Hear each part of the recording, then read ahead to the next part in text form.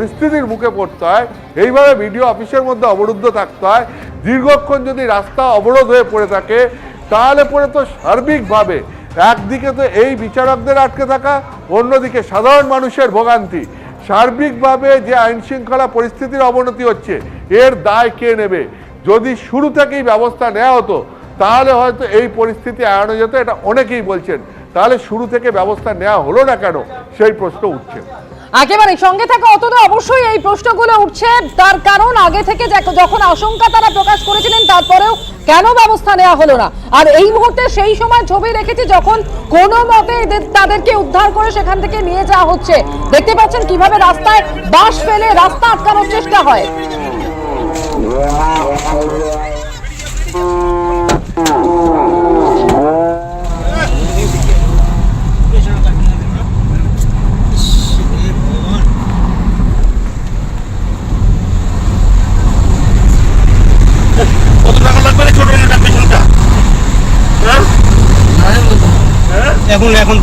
শুধু রাস্তা আটকানোর ঘটনাই নয়, একেবারে বাইক নিয়ে এই গাড়িগুলির পিছনে ধাওয়া করা চলছিল। বেশ কয়েকজনকে ছুটে আসতেও দেখা যায় গাড়ির পিছনে, একেবারে হামলা চালানো হয় গাড়ির ওপর।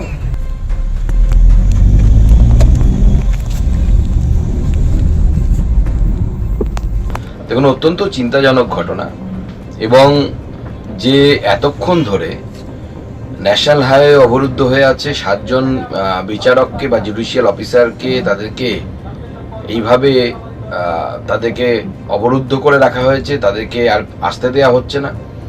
এই সমস্ত বিষয়টি প্রমাণ করছে যে লাগাতার তৃণমূল সুপ্রিমো মমতা বন্দ্যোপাধ্যায়ের তরফ থেকে যে উস্কানিমূলক কথাবার্তা বলা হয়েছে এসআইআর নিয়ে, এবং অন্যান্য তাকে দেখা দেখি স্বাভাবিকভাবে অন্যান্য যারা তৃণমূল কংগ্রেসের নেতৃত্ব আছে তারাও সেই ধরনের উস্কানিমূলক কথাবার্তা বলেছে। সেই উস্কানিমূলক কথাবার্তা বলারই ফল আজকে আমরা দেখতে পাচ্ছি।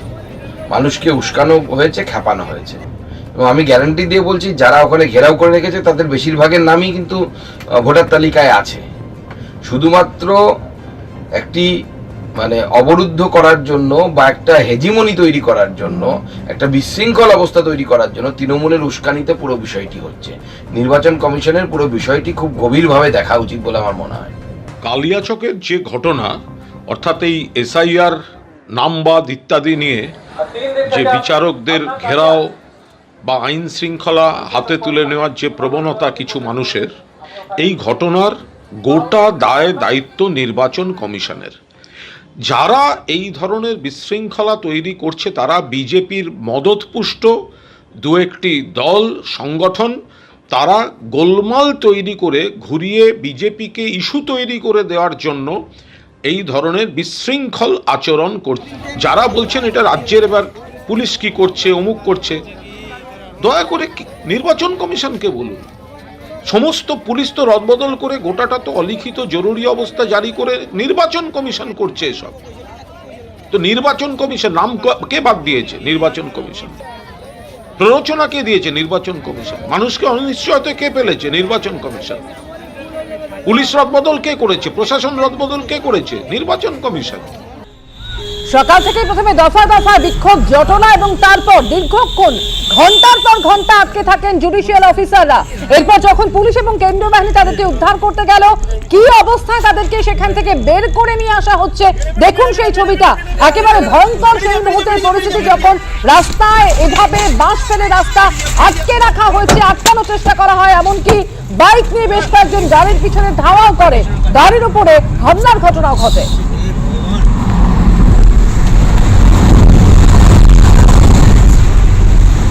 কত টাকা লাগবে রে ছোট নেতা পেছনটা? এখন তারা আর একবার সরাসরি কথা বলবো অতনু হালদার আমাদের সঙ্গে নিউজরুম থেকে রয়েছেন। অতনু, এখনো পর্যন্ত বিবেচনাধীনের মধ্যে 49 লক্ষের কাছাকাছি নিষ্পত্তি হয়েছে, কিন্তু আগামী কয়েকদিনও চলবে এই নিষ্পত্তির কাজ। সেক্ষেত্রে আজকে যে ছবিটা দেখতে হলো, এই জুডিশিয়াল অফিসাররা যারা এই কাজ চালিয়ে যাবেন, আগামী দিনে তাদের নিরাপত্তা কিভাবে সুনিশ্চিত করা যায় সেই প্রশ্নটা তো উঠছে। অতনু, দেখো, একবারই উঠছে, এবং গোটা ব্যাপারটা নিয়ে নির্বাচন কমিশন এবং বিচার বিভাগের মধ্যে রীতিমতো শোরগোল পড়ে গেছে। যে সমস্ত বিচারকরা এই এসআইআর এর কাজ করছেন, মাথায় রাখতে হবে আমাদের রাজ্যের 501 জন জুডিশিয়াল অফিসার এবং ভিন রাজ্যের অর্থাৎ উড়িষ্যা এবং ঝাড়খণ্ডের সেখানকার আরও 200 জন জুডিশিয়াল অফিসার, সব মিলিয়ে 701 জন জুডিশিয়াল অফিসার এই এসআইআরের কাজ করছেন, যারা এই বিচারাধীন ভোটারদের নথিপত্র খতিয়ে দেখে চূড়ান্ত সিদ্ধান্ত নিচ্ছেন। এটা এই 700 জন বিচারকের একটা নিরাপত্তার প্রশ্ন। এবং শুধু তাই নয়, সুপ্রিম কোর্ট থেকে কলকাতা হাইকোর্ট সবাই এই প্রক্রিয়ার মধ্যে কোনো না কোনোভাবে যুক্ত রয়েছেন। সুপ্রিম কোর্টের নির্দেশে হচ্ছে, কলকাতা হাইকোর্টের প্রধান বিচারপতি এটার পুরোটা দায়িত্বে রয়েছেন এবং সেই সঙ্গে সঙ্গে রাজ্য পুলিশ প্রশাসন, নির্বাচন কমিশন সবাইকে বলা হয়েছে যে এই বিচারকদেরকে সহযোগী